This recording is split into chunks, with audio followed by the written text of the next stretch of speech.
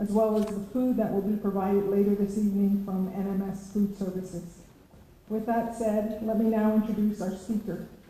I'd like to introduce the Honorable Peter Tsaile. As he makes his way up here, I'll give him a brief intro. He's the only leader who has had the unique honor of serving as both chairman and president of the Navajo Nation. He was chairman from 1983 to 1987 and the first elected president of the Navajo Nation, serving from 1991 to 1994. Much of his work has been in government reform, notably the establishment of a 3-branch government and the creation of a Navajo Nation Supreme Court. For 14 years, he served as executive director of Diné, the Navajo Nation Legal Services. He was also instrumental in the establishment of the Navajo Nation Permanent Trust Fund, now valued at $3 billion. Not only did he earn his undergraduate degree in education from Arizona State University, he also spent 15 years as the advisor to the president of Arizona State University, raising both the enrollment of Native American students and Native American faculty and staff. And with that, I present the Honorable Peter Tsaile.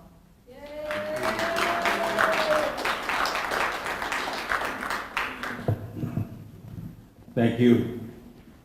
Thank you so much for that introduction. And I also want to recognize one of the board members, Johnson Dennison. Yeah, Tsaile. I don't know.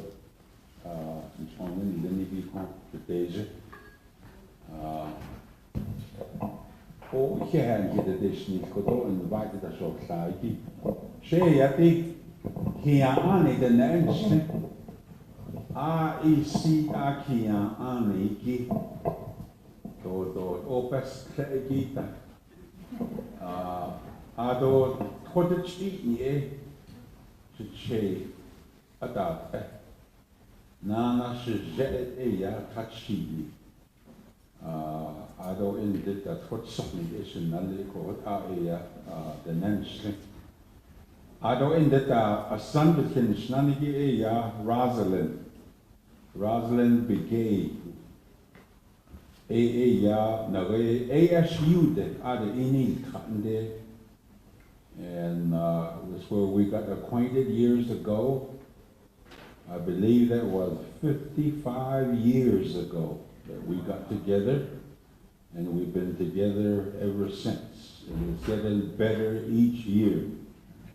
And and she's the one that takes care of all the things that I need and sometimes have to do. And it's one of those situations where we make a good team. She likes to do things that I don't like to do. And then vice versa. And I'll give you one good example. We just drove by the lake. And she loves to fish. Sits out there and gets it going. She catches the fish. She doesn't want to handle it.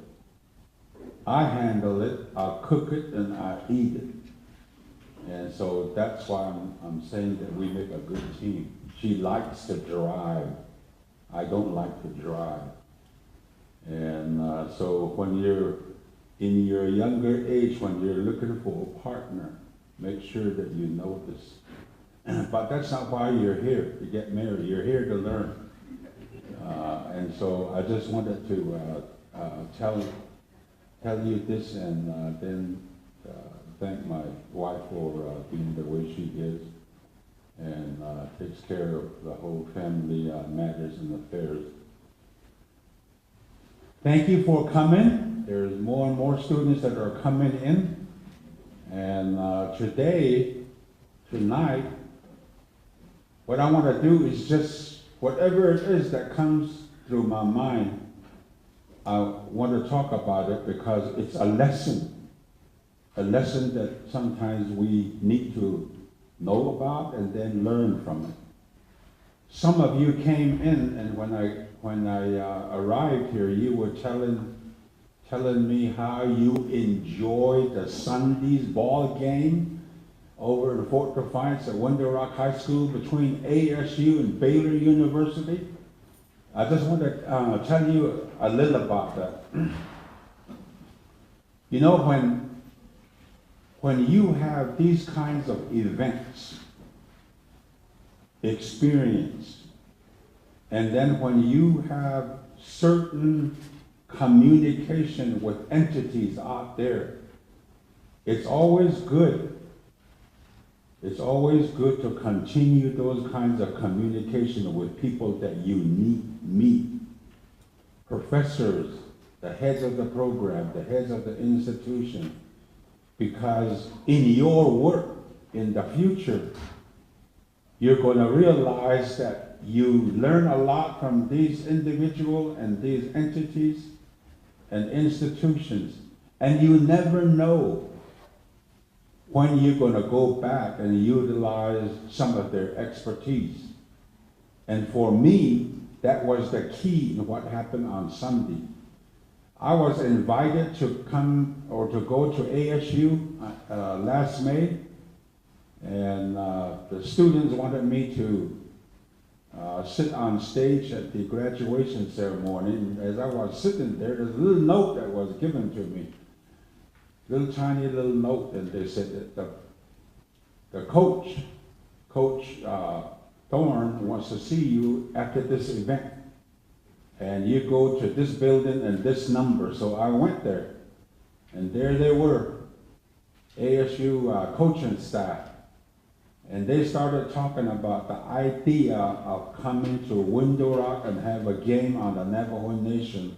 The first time a Division I basketball competition between Baylor and ASU. As you know, Baylor was ranked number 4 in the nation as of last week. And last year they were number 1 for quite some time. So 2 good programs. And we started talking and planning about what should happen and how we should do this. And then when we joined hands with ASU, then they convinced Baylor to come to the Navajo Nation. And then when the 3 of us all got together, then the next step was to get ESPN2 and have them nationally televise the game. And then once that happened, then all 3 of us then started talking about, okay, this is going to be nationally televised. What stories and ideas should come across to the national audience? And of course, being a Veterans Day, we pushed that whole idea about telling a story about how the American Indian volunteered and they enlist in the armed services when there's a conflict between countries. We always end up defending our freedom, our land, our people, our culture, and everything that we have as Navajo Nation. And we never just sit idle and watch what goes on. The Indian people are like that. Navajo people are like that. And so we wanted to tell that story. And I think they did a beautiful job of portraying that to the national audience. And so never just write these people off, because you don't know when you're going to come back to them. And the part that I like is this.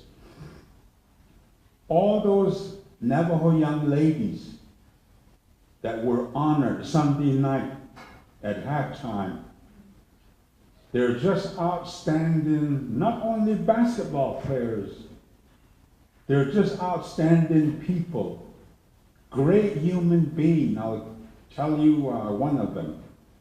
As you know, Rinaldi Basendi is probably one of the best athletes that came out of the Navajo Nation.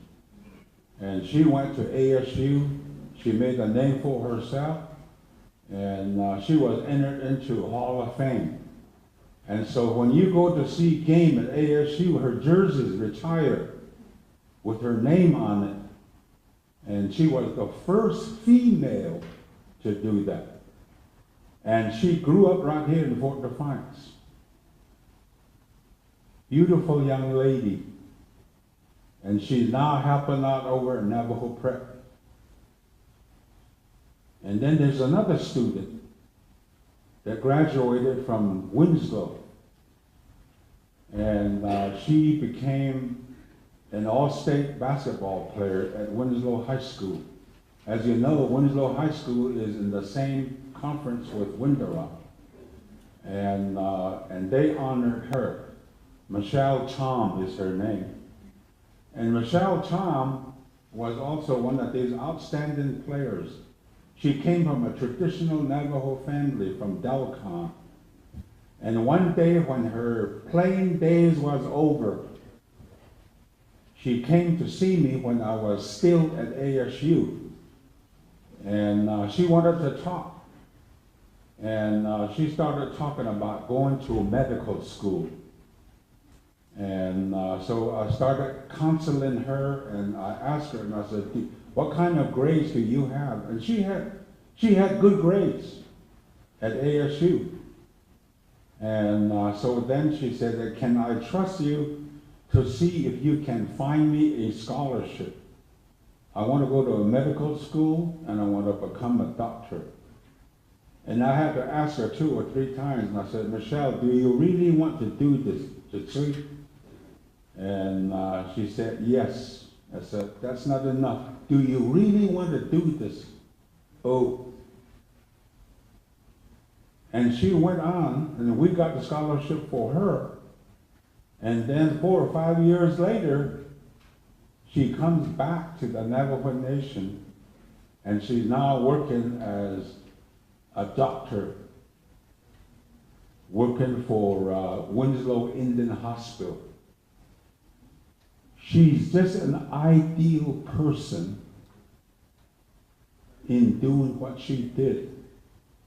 We, as the leaders, we always say, go to school, get your education, and then come back.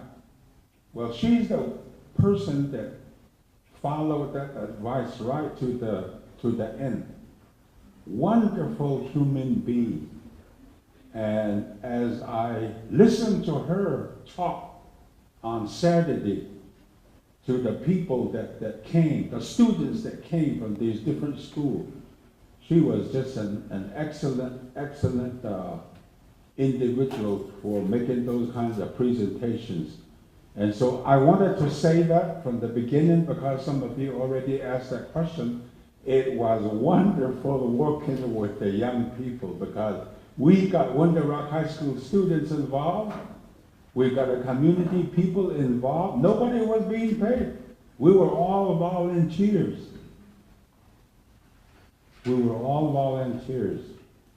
And the students that were helping us really came through. It was better than maybe working with an adult where they're having those political fights. They were more mature in many ways. Sorry to say that, but it needs to be said. And so that's what happened. It's not going to stop. It's not going to stop with only that game. The committee that I'm working with the 22 schools, the committee wanted to continue this maybe also going into next year and then the following year. The reason why we think it's important is that the students are telling us something. The kids are telling us something for us as an adult to respond to some of their desires. What they're telling us is, hey, we made it good in college, like the way you want us. We became good players. But we had to get off the reservation to do that. Now, we would like to bring that kind of concept back to the Navajo Nation, to the young ones. And we want more of them involved, is what they were essentially saying to us. It's a message to the incoming leadership of the Navajo Nation. It's a message to the people that we work with. It's a message to the professors at this institution to do something that's greater than just simply being in classroom and going to school, trying to gain more knowledge about some of the things that we're supposed to all know. And they want to go beyond that. And I believe many of these Navajo kids are going to go into that kind of competition and they're going to make good. I would say this past year, we probably had 4 Navajo young ladies that were ready to play in Division I ball. And they are already in college going at other institutions. Maybe not at the Division I, but their goal is from where they are now, they're going to transform their talent and take it to a Division I school. And so that I wanted to tell you because of your desire for me to say something about it. I was only like a facilitator, teaching a student that this is the way you do some of these things. I was working with a wonderful, wonderful young person who just became an athletic director this year at Winter Rock High School. Ryan Dotson is the guy's name. He was just a wonderful person to work with. He's the guy that made this thing happen. Nikkei, we were just kind of cheering them on and to make sure that everything goes right. And so, now, let me just say a little things about what Miranda told me this morning. And she says, maybe tell a little about why you were always involved in education. You did some things when you became the tribal chair that were really needed to be done. And then when you came back in as the first president of Navajo, you also did something. And so she talked about that a little. And one of those was when you came into the tribal system, you made education as your #1 priority as a chairman of the nation. Why did you do that? Why was that important to you? And then you also reformed the Navajo Nation judicial system. And you created Navajo Nation Supreme Court. And then you staffed the court system with people who were knowledgeable in legal education, who had the experience, so that they can become a judge, tribal judge, so that they can become prosecutors.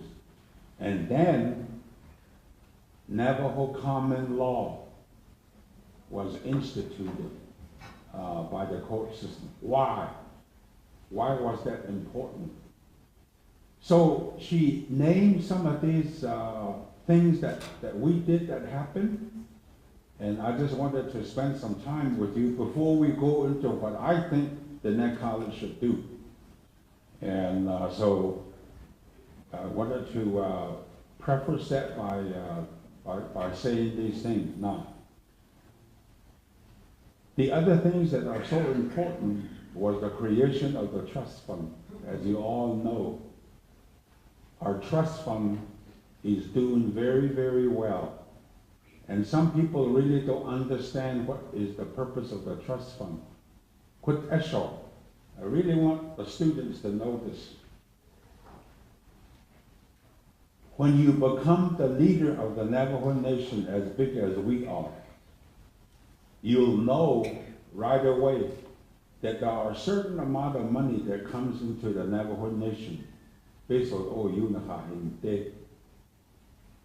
But the attitude of some of the leadership that goes in there is, if some money comes in on Monday, they want to spend it on Tuesday. if there's some that comes in, they want to spend, spend, spend. And some of those spending things that they come up with are not necessarily things that we really need, not want. There's a difference between needing something and wanting something. We all want something. So that kind of mentality does not lend itself to having a future, so that someday when you start having your families, someday when there's a tremendous need, that we should have a resources that we can call on without much delay. Someday, if there is an emergency that we can't help, we can call on that trust fund and help us deal with our need.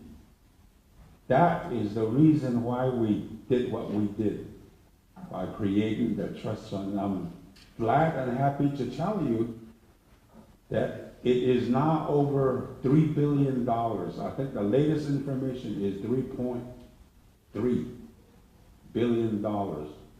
And each year it earns interest. So if you have $3 billion sitting in your bank, and if your interest is 10% or 8%, those 8 and 10% are just added back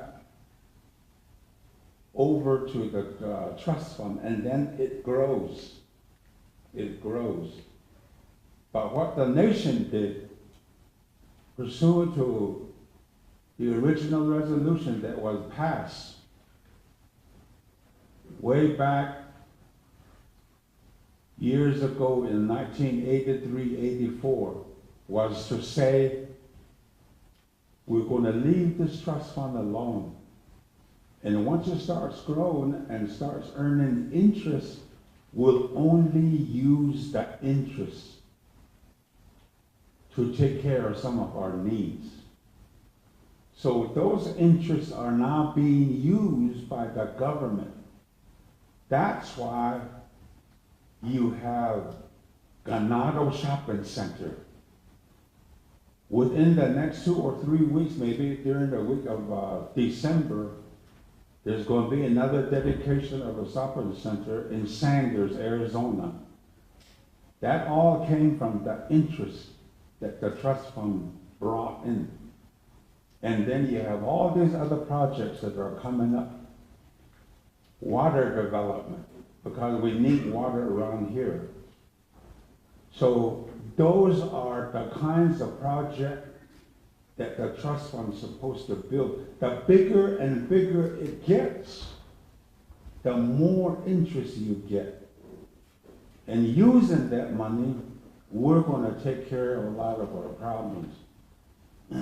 So we now have that much, 3.3. 15 years from now, it'll probably jump to maybe 5 billion. Another 15 or 20 years, it'll probably jump to almost to 10 billion. Now you guys are students. Some of you are in your math class. If we should ever come to that point, if there's $10 billion in trust, if it's earning 10%, how much is that? I went to BIA boarding school, and I always wanted my math. So that much money will be coming in to take care of our needs each year. That's what we're trying to protect. That's what we're trying to protect. And I want you as a young person, as a student, to help us protect that, because every council that came in as an elected official, the first thing they say is, we have a project Where's some extra money that we can put our hand on? We can take it out, and my chapter needs this.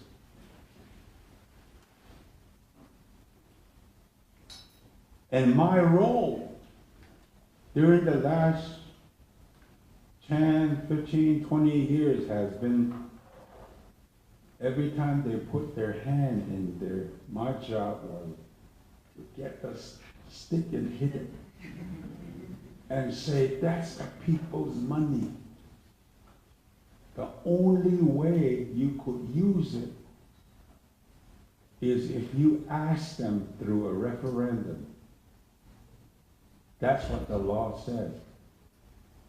And so, as you know, last year, we had a referendum that was proposed by the Navajo Nation Council to use $215 million of that trust fund to do other community projects.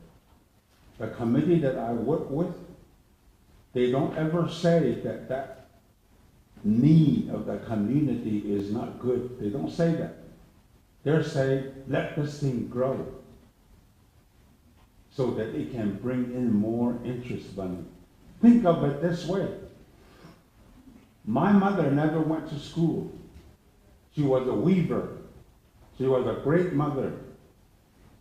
She was a teacher. My father went into services as a coat. He was a trained coat talker.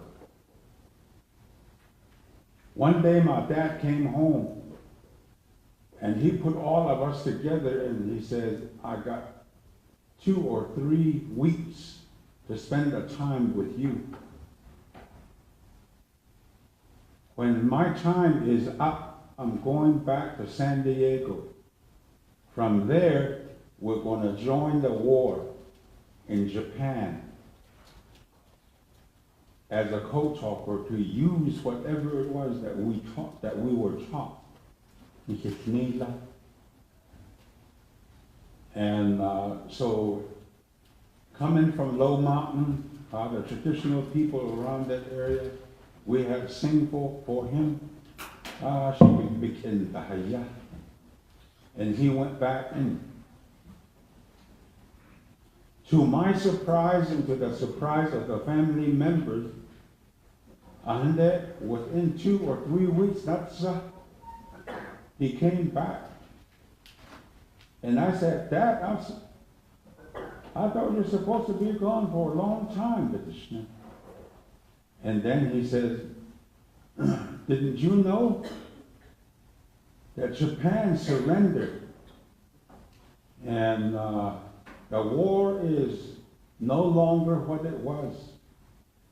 And he said, with me, I went back to San Diego. They put us in a ship and we were sailing across the sea to go to Japan. The Japanese people probably found out that I was coming. And that's why they surrendered me. And so he came back home as a trained coat talker. And so these kinds of things we don't know, but they do happen. And you as a young person, the reason why you're going to college is to handle those kinds of situations on your own. And that's what the professors, the teachers, the advisors are trying to have you do. So, in the process of learning about the reason for the trust funds, we don't know what about the new incoming council is going to do, because out of the 24 council, I believe half of them are going to be new. It will be interesting to see that. I wanted to say that because I believe at some point I'm going to be involved in trying to influence the new leadership to see how these kinds of situations should be used. The money that that we continue to let it grow. That's something that happened years ago, 33 years ago, yeah. I got elected as a tribal chair 33 years ago to lead the Navajo Nation. Oh boy, I was black hair and I could run. I don't walk as slow as the way I do now. And you're not like a young person all the time. As the years goes by, each one of these little pieces it grows more and more. And that's when you really, really need the help that you need from the young people. And our job as a community leader and as your Che and as your parents is to give you the benefit of our experience and leave it up to you.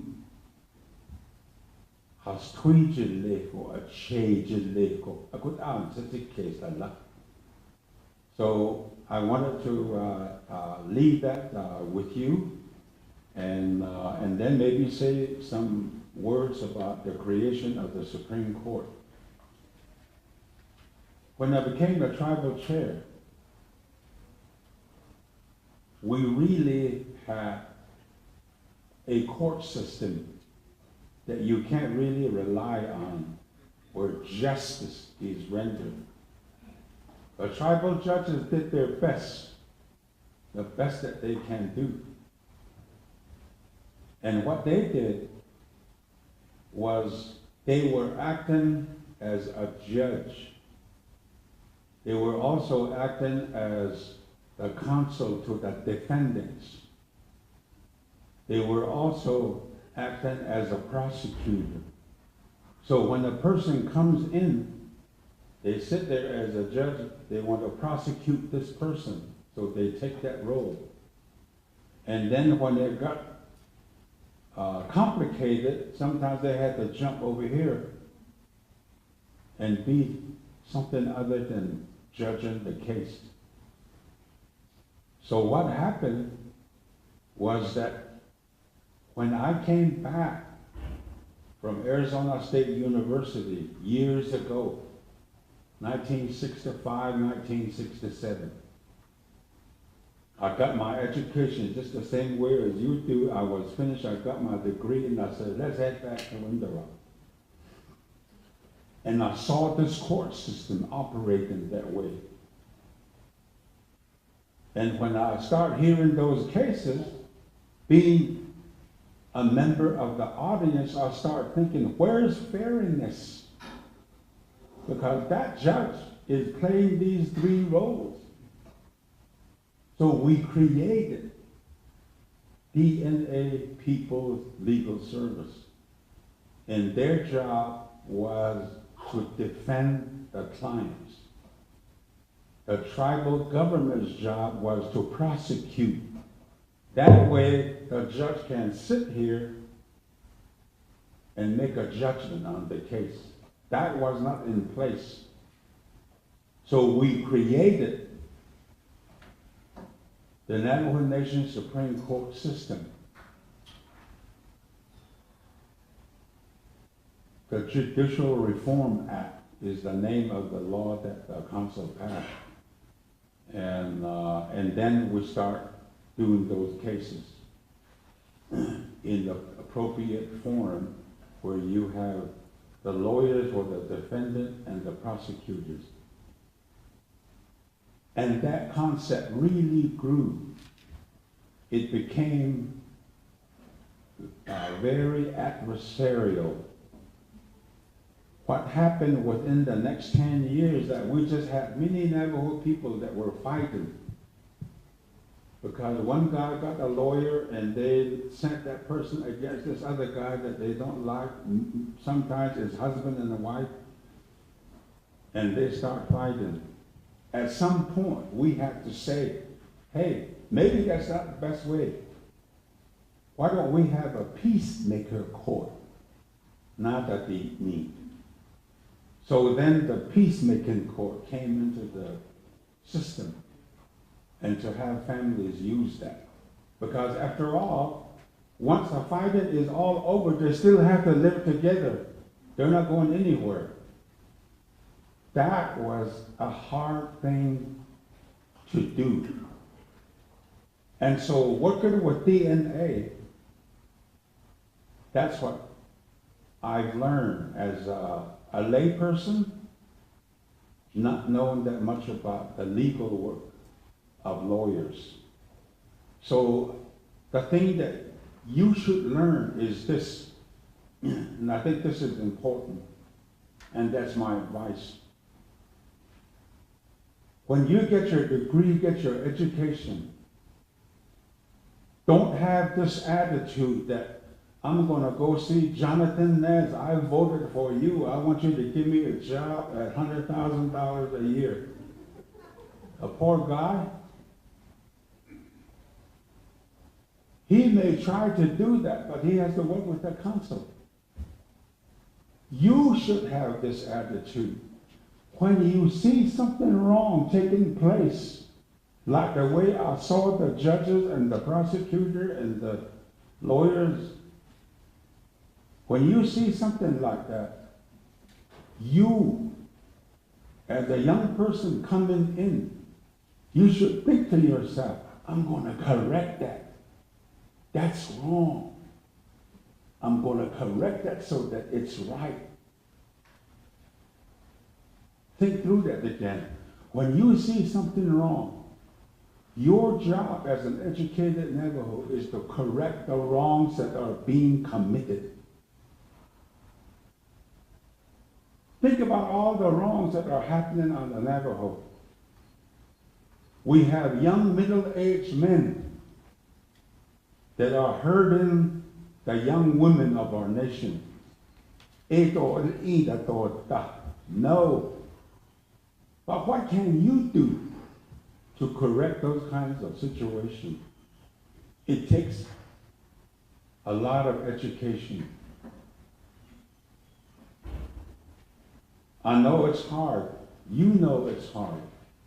But there's always a way. Where there's a will, there's a way. And so you should look at your role that way and say, this is not being done. This is not being done. I always liked the story that when I first met Jonathan Nez, where he said, I was a student at Northern Arizona University. And the day I graduated, I went back to Shanto. And I didn't have a job, he says. And I remembered that chapter house, there was a river running. And I must have been maybe in the 3rd, 4th, or 5th grade. We went into the river. We just played in the mud with other boys. And I didn't know what in the hell was going on in that chapter house. Until one day the chapter president says, after graduating from NAU, which one of you guys can write? He says, Nina. So he said, I was shy. And I finally had to admit that, yeah, I got my college education and I can write. Well, come over here and write down the minutes of what the people are talking about, because you can't talk Navajo and you can write. So he says, I went in there, and before I know it, I became the secretary of the chapter, writing all these minutes. And that's when I learned firsthand the kind of problems that my chapter was facing. And then I decided to help the community. Because by that time, he said, my grandfather was really urging me to do that. And that was the only way to learn, he said, of what was happening in our community. Now, I'm telling you that story because there's going to be that kind of a situation And you should be the person that always says and does the right thing. And you should never be afraid to say and do the right thing. That's really hard. That's really hard. When I left ASU and became a teacher at Window Rock High School, I knew that there were a lot of wrongs being committed. My wife was telling me, in the community of Window Rock, there were many non-Indian people taking over the school, and I guess they were recruited elsewhere. And she used to sit there and say, where are all the Navajo students? They should be running this institution, education. And she says, I knew that something had to be done. So there was a school board election, and I didn't have any interest in politics. I was one of these carpenters that was sitting on top of the house that we were building. Way up on top, I was putting the roof on, and I was happy. Nailing and nailing and nailing. I like chewed the backhoe and then I spit down. And I was happy. And one day she came with her friends. And they said, come down, there's a step ladder, she told me. I didn't hear you. And then the lady said, we want you to run for the school board. Oh my God. Run for the school board. Who's going to finish the house? So then they said, well, this is for after you finish the house. We like to correct what is going on at one of our high schools, Nina. So, being the strong ladies that they are, the way the Hanaganis are, I knew I had to say yes. Otherwise, I'll find my saddle outside the door. And I was smart enough to figure that out, and I said, okay. And I started getting involved in what the community was doing. I think you should do something like that at early age. You'll never regret it. You may not ultimately be a community organizer, but the experience is worth it. So that's how I got involved in politics. And from there, I kept on going. I kept on going, doing other things.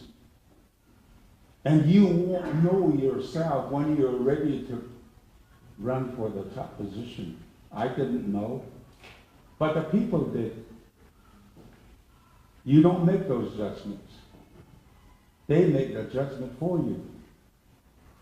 And so I think that is something that probably the colleges and the universities don't teach.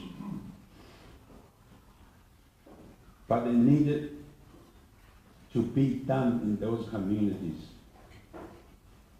I wanted to mention that because when we got in there as a tribal chair, all these kinds of things like creating the Supreme Court was a necessity. It was a necessity. And it needed to be changed for the better.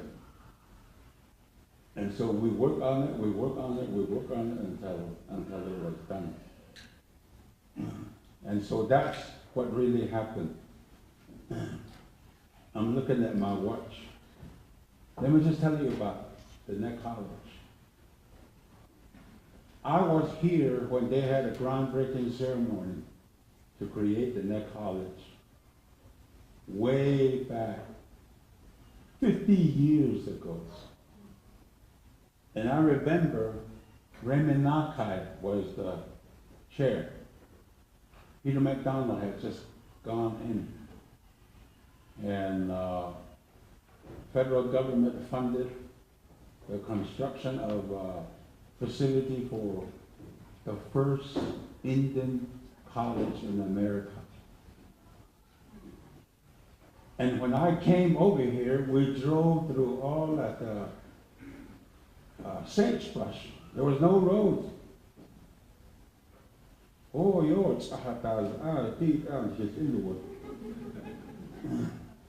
where in the world is this place? Who selected this place? There's no road. I hope they have water. And so basically, that's how the community college of Indian land, Indian country, was created. Was we didn't have anything in the area of having our own community college. Bob Russell is probably the individual that dreamed up all of those things. He was no different than you. He was a dreamer. He wanted to do new things. That's what made him happy. And he started Indian Community College movement. And you've been here for 50 years as a community and regional college. We get all these students like you to come over here and to learn certain things. And then when we feel like you're ready, then we ship you out to these larger schools. And we say to ourselves, oh, he's ready, he's going to make it. But do they all make it? So we have to find new ways, other ways, innovative ways to carry on the whole idea, but do it in such a way that it satisfies the need of the community. You have to learn this. The best way to do all of that may not be desirable by the students. Because when you ask somebody a question like that, they'll say, well, do it this way where I don't have to do anything. I can just lay under a tree and then wake me up when this thing's finished. You should never have that attitude. When you have an idea like that, you pick up your shovel and axe and hammers and nails, help build the facility. That's Navajo. You learn that from the Navajo Nation code talkers. The Navajo Nation code talkers who were genius. But the white people don't want to call them that. But they were. The hell of what they think. But they were, because they didn't lay around. They went in. And I always think about this, and I don't know if that same thing comes through your mind. When we were at war with Japan, imagine if you're the military guy that does recruiting. Imagine you're representing the United States of America, and you have all these guns and tanks and things that you need to kill other human beings. And you're recruiting them. And then a Navajo guy comes along. He says, what do you want to do? He said, I want to enlist. Well, what are you going to use? My language. Hey, don't you get it? We're fighting. That's what they probably thought. But they were too smart. And they said, the guy that's flying around out there has to talk to the Marines that are on the ground. We want to create something so they communicate through a language that nobody understands.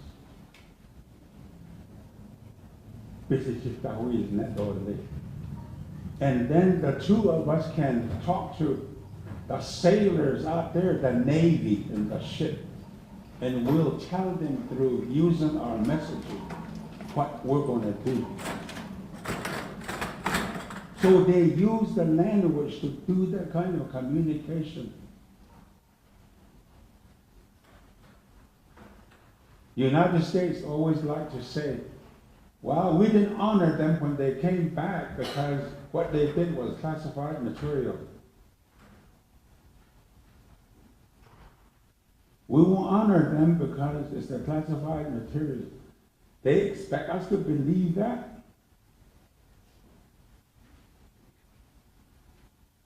Everyone else, when the war was won, they came back to the United States and they had a celebration in the streets of New York City. Not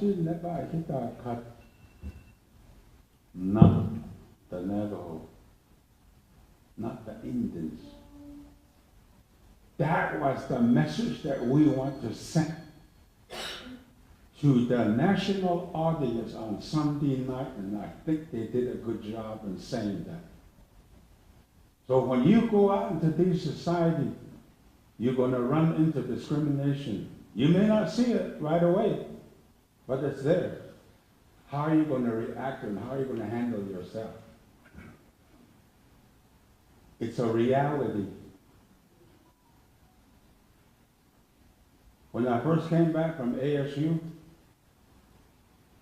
and I went to work with Winter Rock High School, and then later on Diné, I was just a young guy like you. And I never had any experience going on a trip to Washington, D.C. And so this lawyer said that I want to take you to a meeting in Washington because I got to have an Indian by me. And so I became Tonto. And I went with the guy. And we went from Phoenix, we were flying east. At that time, they didn't really have an airplane that can take you one way without stopping.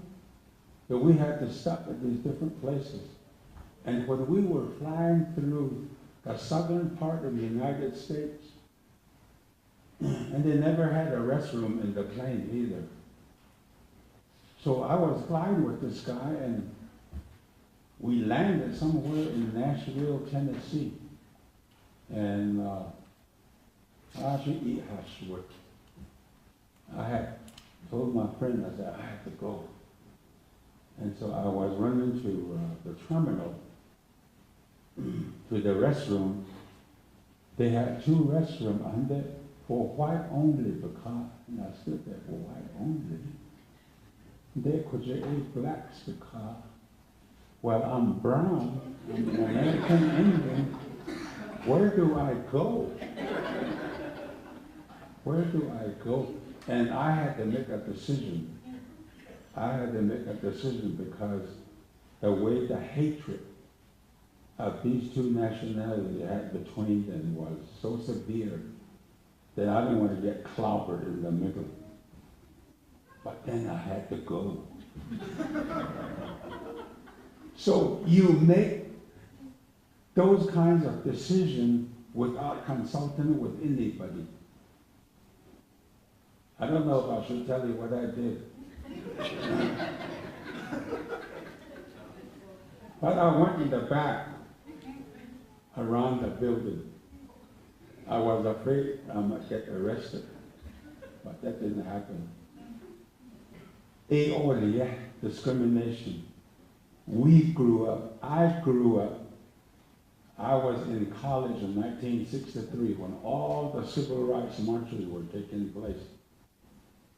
And some people did not want the American Indian Civil Rights Act to be passed and the Voting Rights Act of the people to be passed. Because what that law would do is make us all equal. All these things that happen. And so that's essentially something that you have to be aware of and deal with it in the most effective way. By getting your education and the teachers teaching you some of these things, resolve those kinds of curiosity for you. And I wanted to tell you that story because it's a taken. We thought back then that we got rid of this thing called prejudice, the ugly word prejudice. I really thought that it'll never ever come back again. We defeated it. Everybody is treated equal. We passed a law in America and the United States. Nizi. But look what's happening today. It's revisiting us. It's going to try you like the way they tried us. So you have to be aware of that as you go out into the society and learn, ask questions about those kinds of things with your teachers, your counselors, and be prepared to answer those kinds of situations as you face them. I wanted to just have you be aware of some of what your grandmas, your grandpas, your chays, your parents have gone through. And I never thought that it would come back and that you have to go through what we're going through now. So, I am so happy. Yesterday afternoon, we got a call from the Democratic Party in Phoenix, and they said, the candidate that you're supporting who belongs to the Democratic Party has won. Cinema with the idiom, that's not son. One day I went to Pinion to attend Trinity Agency Council. Some of you were there, I know the president was there. Trinity Agency Council, go and say that. And there was a grandma that came out of Big Mountain, and I was talking to her like the way I'm talking with you. We're going to support this cinema with you here to the snow.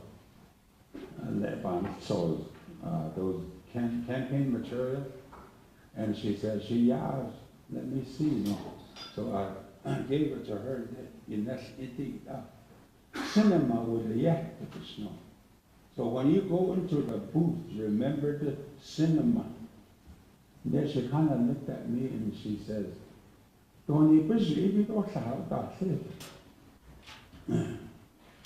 mean? But she means that, 是什么? She said, just change her name. She thought that person, you could just change their name and that's going to be their name and they live on. And I said, hey, Grandma, don't work that way. And so I guess that caught on with the traditional people. And she got the highest number of votes up here to do what she did. She, our next senator from the state of Arizona. So I quit that. And she probably will be one of these individuals that's going to fight for us and to not have what I'm describing as behavior of certain people sometimes deny our right to vote. And so with the Diné College, going back to the subject, you've been doing this for 50 years. What I really think as your change is the Diné College. You know, when you drive, they have it in first gear, yeah. I think now is the time to shift to second gear. And do things a little differently and not have it remain in the first gear.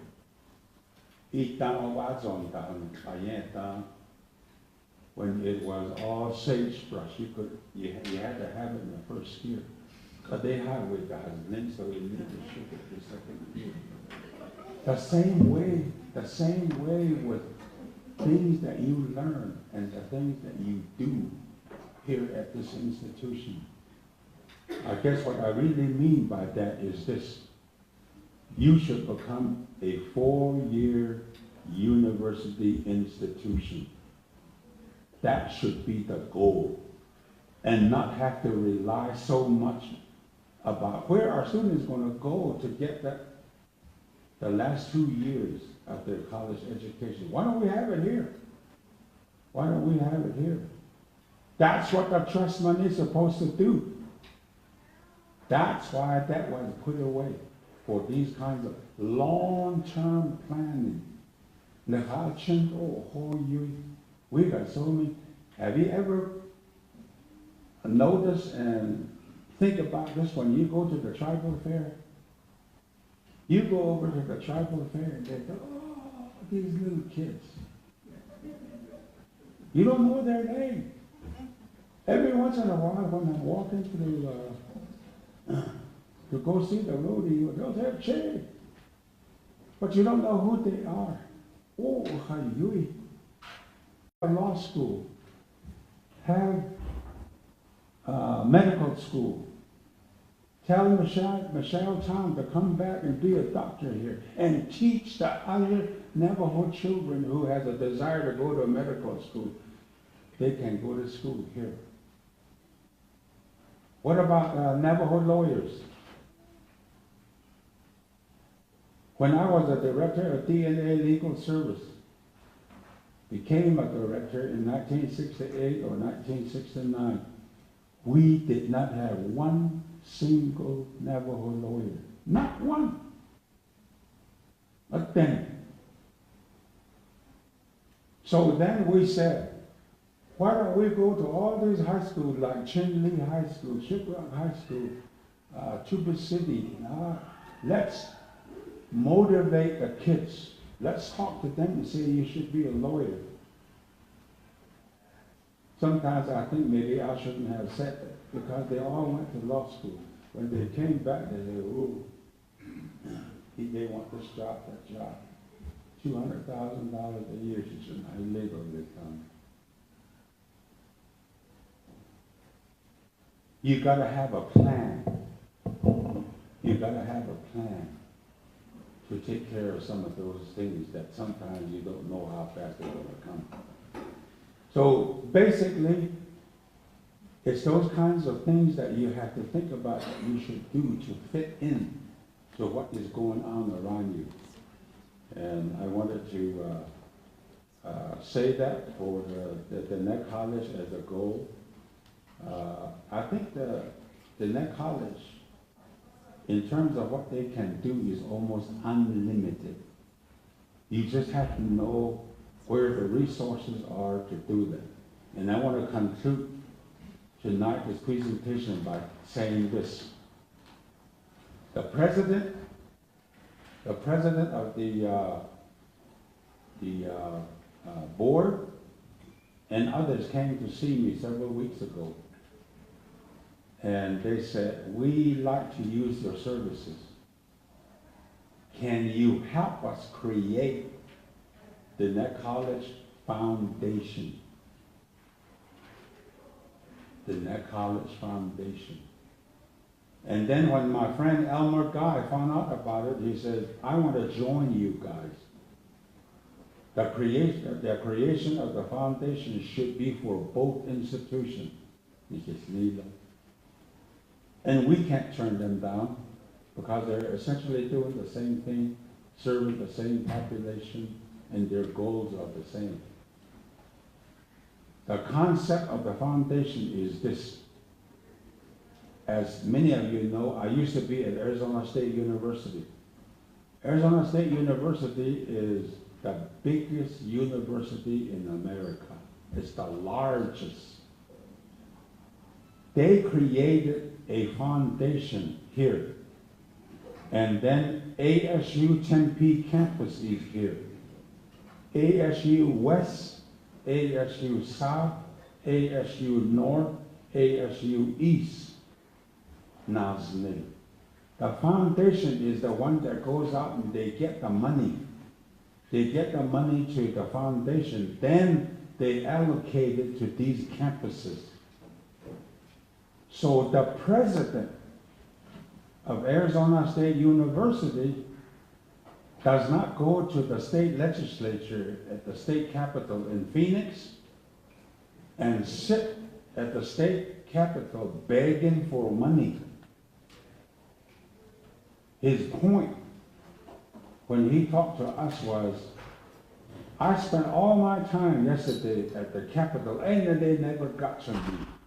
I got sleepy out in the hallway and I was asleep. Here I am, I'm the president of the largest university in America. What am I doing down at the state legislature? I should be the president solving all of the problems that ASU faces. Nila. To correct that, he said we should create a foundation.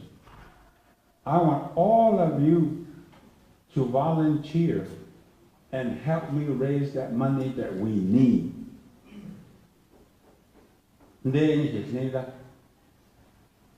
ASU main campus gets, let's say, $200 million from the state legislature to keep everybody employed and run that facility.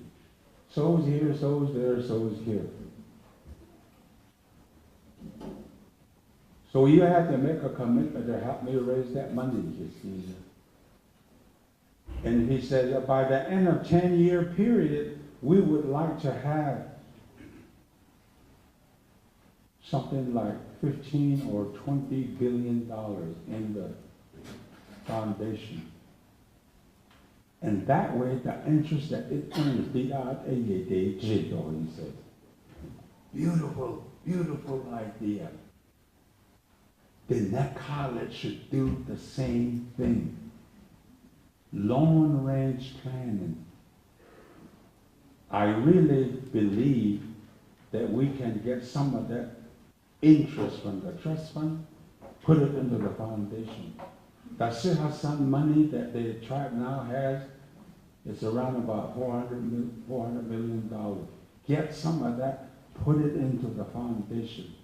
Leave it there so that it draws interest. Using that interest, you could create more programs. You could develop more facilities. And that way, President Russell does not have to be at Navajo Nation council chambers, ready to be called. But during the day, his call doesn't come through. So he wasted a whole day. Michael Crow at ASU said, I don't want to do that. I was selected to be the president, and that's what I should be doing. So it works. It works. And I think that should be, we shifted to second gear yet. That should be the third gear. Creating that foundation so that you can make a long-range plan and not have to beg the council for every penny that we get. Onsen. Again, I wanted to thank you for inviting me to share some of these ideas with you. I'm at home, supposedly fully retired, sitting in my rocking chair. And so I don't really work for anybody, and that's why I can say whatever I want to say. And as a grandpa, when you're at my age, you can also get away with many things that people would like to have you say. It's just like Sunday night when I was called upon to say something at the game at halftime. And when you think about, what shall I say? What shall I say? And then I might be a little critical because they wanted me to say something about the veterans. And so one guy said, yeah, you should calm down and be a nice grandpa. But sometimes you don't know how to be a nice grandpa. When you have to say something so that the people that are doing certain things discontinue doing what they're doing. And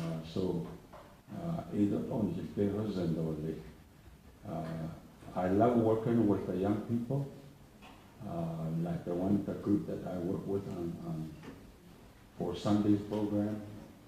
And it was just wonderful to work with the young people because they're so eager to learn, so much energy.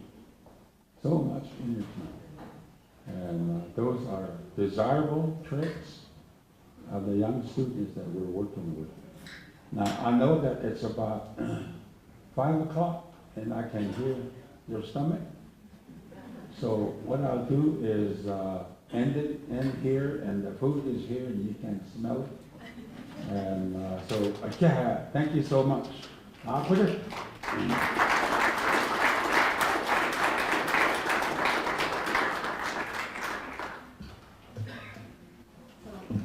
Yeah, Shachane. We've got a gift here for you. I'll present shortly. I just want to say I'm in awe, Shachane. We had in our midst this evening the Honorable Peterson Zaw, who has been one of my role models. And he's always led with integrity, with the people in mind, and always looking out for our future. There were so many lessons we learned tonight. How many of you have ever heard the saying that we stand on the shoulder of giants? Well, this evening, we had a giant in our midst.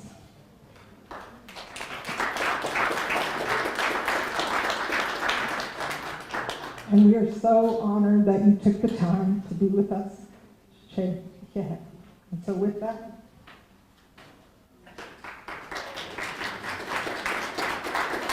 a little gift for our appreciation and food. We're going to feed you before you head back. And we'd like to thank Rosalind for taking care of Shachay for us all these years, you and your family. He's a treasure. We value him. Yeah.